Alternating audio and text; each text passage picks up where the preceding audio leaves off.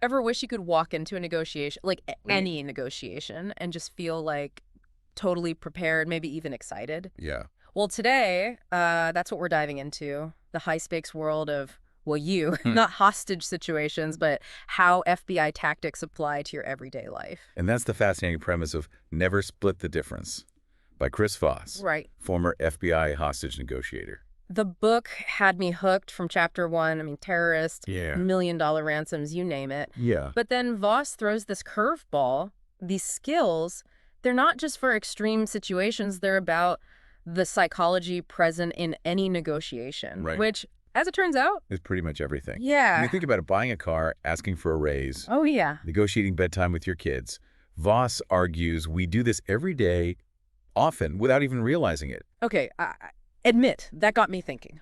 But if we're constantly negotiating, how do we get better at it? Mm-hmm. Is it just something you're born with, or can anyone learn this stuff? Voss would say it's absolutely a learnable skill. Okay.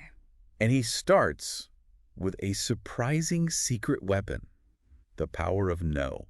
Now that threw me for a loop. You would think a hostage negotiator would want to avoid no at all costs, right? Exactly. Voss himself was surprised by this. He came from a world where no could be life or death. Right. But he learned that embracing it could actually unlock a negotiation. So why does it work? Most self-help books say to focus on getting to yes, Right. but Voss wants us to flip the script. Because no hands control to the other person, Yeah. which can actually make them less defensive and more open to hearing you out.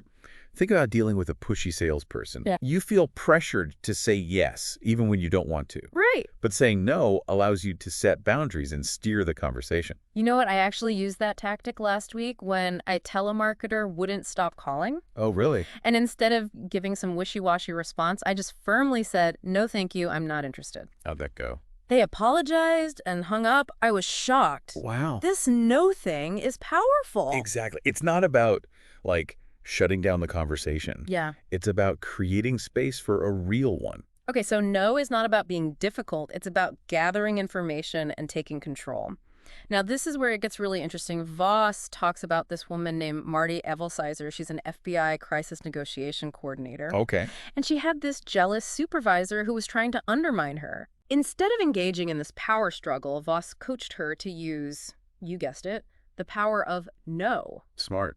But this wasn't about saying no to everything. It was about strategically deflecting these unreasonable demands. Oh, okay. I see. So, for example, instead of immediately agreeing to, like, an impossible task, Mari would respond with, how am I supposed to do that with the current resources? Oh, that's good. Right. Yeah. It forces the other person to acknowledge the constraints and come up with a more realistic solution. Exactly. And that shift in dynamic led Marty's supervisor to see her as more than just a subordinate. He began to respect her expertise and actually back down from those unreasonable demands. So we're not talking about being difficult, but rather using no as a tool to kind of set those boundaries and open up a more honest dialogue. Precisely. It's about understanding that no isn't failure. Yeah. It's often the first step towards a real solution. And that's a game changer in any negotiation, wouldn't you say? Absolutely. Okay, so we've got the power of no in our back pocket. What's next in Voss's arsenal of negotiation tactics? All right, so we've planted our flag on the power of no. What's the next step in Voss's negotiation masterclass? Well, once you've established those boundaries, it's time to put on your detective hat. Okay. Because Voss wants us to master what he calls tactical empathy. Okay, tactical empathy sounds pretty intense. Is this where I break out the magnifying glass and start, like, analyzing handwriting? Not quite. Okay. Though a little observation never hurts. Right. Tactical empathy is about going beyond simply hearing someone. It's about truly understanding their world, like their perspective. Yeah. And that's where the real magic happens. So it's not about agreeing with them, but uncovering why they feel the way they do. Exactly. Remember, we make decisions based on emotions, not just logic. Right. So when someone feels understood, they're more likely to cooperate. Okay, I'm starting to see how this could be useful even in my own life. Yeah. But how do we actually do that? How do we tap into those underlying emotions? Voss gives us this powerful tool called labeling. It's about verbally acknowledging the other person's emotions in a way that's not confrontational.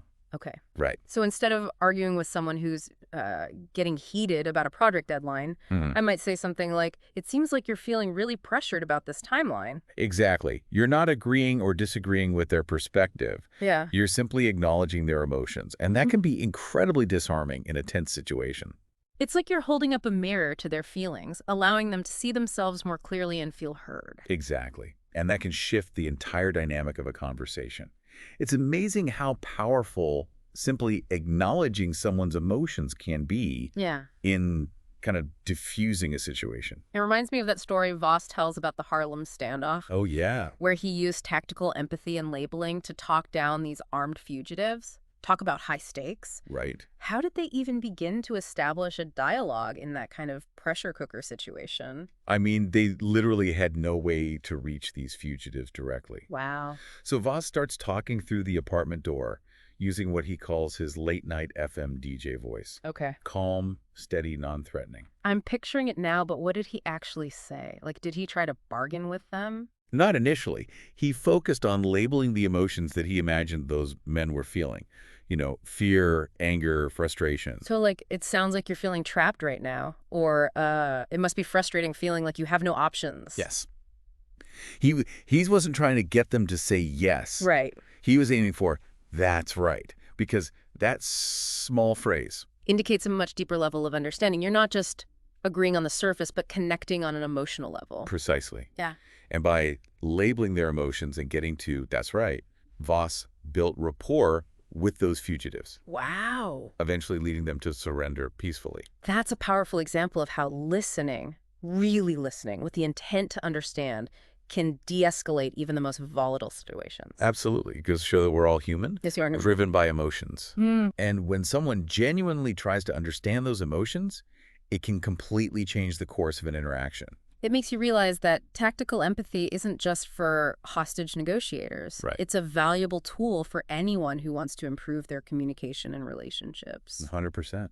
And that's where Voss's next tactic comes into play. Bending reality. It's about understanding that. Bending reality.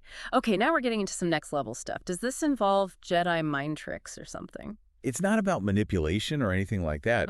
It's more about understanding how our brains work. Okay. You know, Voss reminds us that we make decisions based on emotions. Right. And then we justify them rationally after the fact. So you're saying our brains are masters of creating stories to justify what we already feel. That's kind of humbling. It's more common than we think. Think about Voss's example of a $20 cup of coffee. Okay. It's the same $20. But if it's presented as this luxurious handcrafted experience, people are more willing to pay for it Right. than if it's just a regular cup of joe. Okay, so perception is everything. It's the story we tell ourselves about the value of something that really matters. But how do we use that to our advantage in a negotiation? That's where anchoring comes in. It's about setting a high but not unreasonable initial price or offer. Okay. So your desired outcome seems more reasonable in comparison.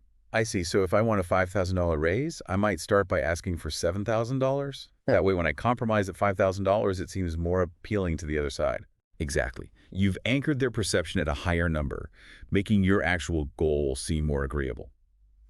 And Voss also suggests pivoting to non-monetary terms. Yeah. You know, let's say you're negotiating with a contractor who won't budge on price. Okay. Instead of getting stuck on the dollar amount, think about what else they could offer. Right. Maybe it's a faster completion date or using higher quality materials. That's a great tactic for those situations where you're like stuck in a stalemate. Instead of butting heads, you find creative ways to create value. Right. It's not about tricking anyone. It's about understanding what really motivates them. Exactly.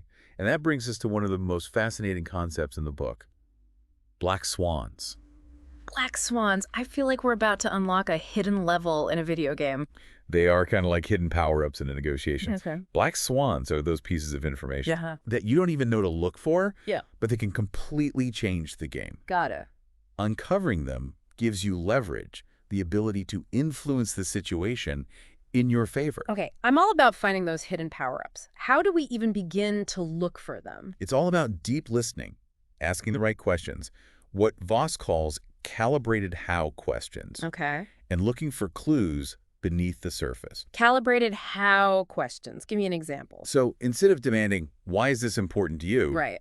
You might ask, how does this fit into your overall goals?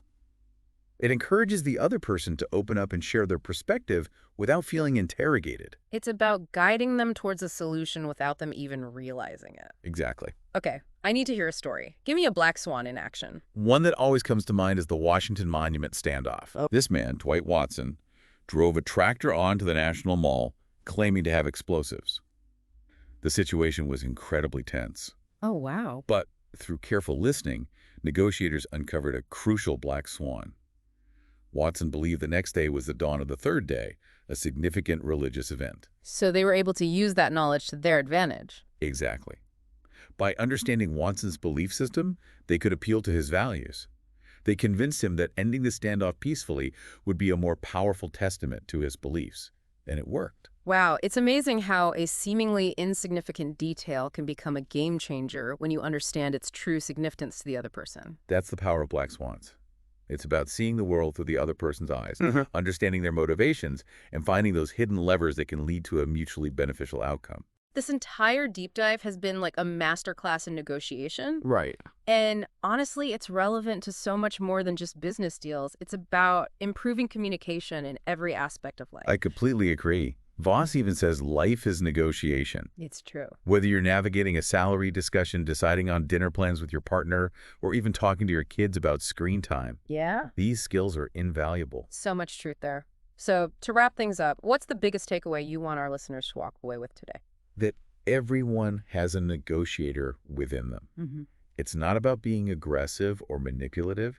It's about approaching conversations with empathy, curiosity, and a genuine desire to understand the other person's perspective. And remember those seemingly small moments, asking how instead of why, acknowledging someone's frustration or simply saying no. Right. Can have a huge impact on the course of a conversation. If you're ready to level up your negotiation skills in business and in life, Never Split the Difference is a must-read. I couldn't agree more. It's packed with insightful stories, practical techniques, and aha moments that will change how you approach communication forever.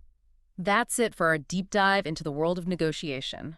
We hope you've enjoyed the journey and are ready to unlock your inner negotiator. Until next time, keep those conversations flowing.